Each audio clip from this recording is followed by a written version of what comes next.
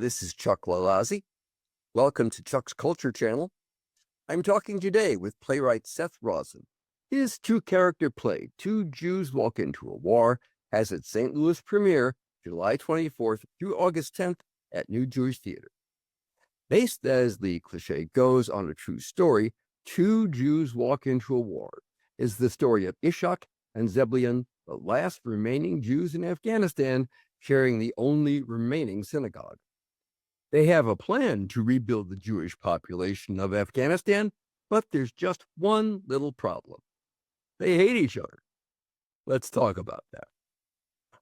Okay, Seth Rozin, I gave people a quick idea of what Two Jews Walk Into a War is about, but tell us how you came about writing it. I know it's based on true events, as they say. Back in around 2006, 2007, a colleague of mine brought in an article from the New York Times and showed it to me and said, I think you might be interested in this. And I read it. The title of the article, I believe, was The Last Two Jews of Afghanistan. And I read it with great interest and immediately thought, there's a play here. The true part of the story is that after a very thriving Jewish community existed in Afghanistan, mostly in Kabul for 60, 70 years, it had whittled down to a very small few between people leaving because of difficulties living there, oppression, the various different powers that came in and took over Afghanistan at different points, and especially the Taliban, who were extremely oppressive to everyone, but including the Jews. People had left, and there were now two people remaining after a third person had perished. And what made it a great play, aside from that great real life circumstance, is that the two men hated each other, and that is actually true. And it felt like such a both absurd but very allegorical story to start with. So I began writing based on that article, did a little bit of research my own, and started writing the play, and found out about 3 months in that there were two other plays that had already been written, also inspired by that same article, which was a few years old at that point. And I was a little discouraged. But then I did some research on those two plays, found out that they had both been produced, but not too anything spectacular in terms of reception, and that the two plays were very, very literal to what actually happened. And I realized very quickly that what I wanted to write was something that was inspired by what really happened, but didn't necessarily wasn't incredibly loyal to the truth after that. So I began writing something in a different style and with a different vision than I started, and that led me to the play that is now being done.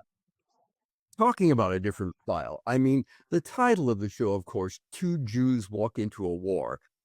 It's a parody on an old joke setup from the vaudeville era, no doubt, and it sounds like the setup for a joke. And in fact, the structure is rather like a vaudeville blackout, isn't it? Yes, it was written. Part of the inspiration when I realized I wanted to do something different that had been already done was stylistically, and I thought immediately of this image of these two guys standing with the coffin of the third guy in between them, and they hate each other so much that they can't even look at each other. And there was something very funny to me about that, very vaudevillian, two guys standing facing the audience with that kind of extreme feelings and absurd circumstances. So I started with that idea of a vaudeville. And what is unique about the play is not just the way it starts, but that actually over the course of the play, it becomes more and more real, because as the relationship between these two real life men, Ishaq and Zeblyan, as it develops through their shared labor, which we will talk about, I'm sure, they actually start to, without even wanting to admit it, they start to enter into a real relationship and actually care about each other. And as that subtly happens underneath the plot, the play takes on a more realistic evolution. So it moves from vaudeville to kind of a realistic play. Yeah, and in fact, these two guys have what looks on the surface to be a totally lunatic idea of how to rebuild the Jewish community in Kabul. So tell us about that. Yeah, so they shared this desire to rebuild the Jewish community, rebuild their synagogue, and have a thriving Jewish community in Kabul once again. And there are two obstacles to that. One is that they hate each other, and the other is how do we get anyone to come back here? And so they arrive kind of crazily at the notion that if we can rewrite a Torah from scratch, because the original had been destroyed by the Taliban, that's true. If we can write a new Torah from scratch, and one of these guys, Ishaq, has memorized it, then they will be able to say, we have this sacred document. We will tell rabbis and others around the world. People will start to come back here, and we will build. It's a pretty crazy notion, but they don't really have many options. So any of the notions would have been pretty crazy. This sounds like something that is not only specific to what happened in Afghanistan, but it sounds like this might have resonance today, maybe even to our situation in this country. Well, certainly the one of the things that attracted me to this story is that it is allegorical for humanity in general. The big question I'm asking, really, though I discovered that I was asking, is why on earth would people stay in a place that's so inhospitable for so long, and why would they continue to believe that there's a larger reason for their suffering, especially why God would let them suffer for all this time? And what I what I tend to do when I write is ask a question and try to answer it by writing the play. And my answer in the play, at least, is that if you don't believe there's a reason, then you might as well just off yourself now, because the suffering is horrible. So you have to believe that your suffering has a purpose in the larger scheme, and that's what Zeblyan in particular comes to in the course of the journey of the play. And so, to me, that is a story that resonates all around the world at any given moment in history, including right now. There are people suffering, and who have been suffering for long periods of time, generations, if not centuries, in certain countries and cultures. And then I also think we're at a time when anti-Semitism is spiking, and it often spikes when there are when Israel is in the news, and in the news in a negative way.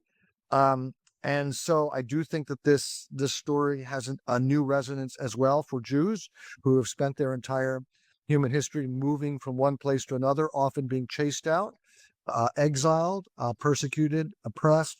And so this is just one more example of that, and it's a pretty recent one. Hmm. I was thinking probably that there's a broader view on this, in that your two characters can't let go of their mutual hostility and realize that that hostility is meaningless compared to the dire threat they face on a broader level. And it seems to me, I see a lot of this, for example, in this country right now, that people cannot put aside petty grievances to realize that they have more in common than they have not. That is absolutely true, and it is an age-old story of our own immediate issues and biases and barriers, keeping us from gaining a common good that is so much within our reach if we could get past those little things. But it doesn't feel like a little thing to you, the person who's feeling those things in the moment. That's the problem, right? We exaggerate, or we convince ourselves that these are much bigger things and matter more than they do. Yeah. And so, yes, and that I do think it's ripping our country apart right now, frankly. So no question about that. Yeah. So it's a show that is a comedy. It is based on an old vaudeville structure of the short scene and the blackout with a punchline, but at the same time, it becomes something much more. Fair statement? Very fair statement. That is pretty much exactly how I wanted to how I want it to work for an audience. Yeah. Okay. Are you going to be here in St. Louis for this production? Alas, I am not. I only found out about the production about 2 weeks ago. Actually, I was Googling the play because I was trying to find out about something else about where it had been done already, and discovered right up at the top of my Google list was the production here in St. Louis. And the next day, literally, I got an email from someone on the staff there saying, "Hey, we're doing your play," and I was like, "Wow, I just found that out." And I already had plans. I'm not going to be around for it. I'm very disappointed because I would love to see it. I haven't seen it in a while now, so it'd be really fun. I didn't realize there was an equity theater at a Jewish community center there. I know of one that's in DC at Theater J and the JCC in Washington, and also one up in I think Rochester. But I didn't know about the one in St. Louis. I'm thrilled to know about it, not just for this play, but for other things that I write and other Jewish writers I know. So it's great. Thank you so much, Seth Rozin. If you want to find out more about what's going on and when the play takes place, when you can see two Jews walk into a war here at the JCCA, go ahead and check out their website. Thanks so much for taking a few minutes to talk to me. And I hope this goes really well. I hope you get great reviews. Thank you, and thanks to St. Louis for doing it, and I hope everyone goes out to see it. Yeah, I agree. Bye-bye.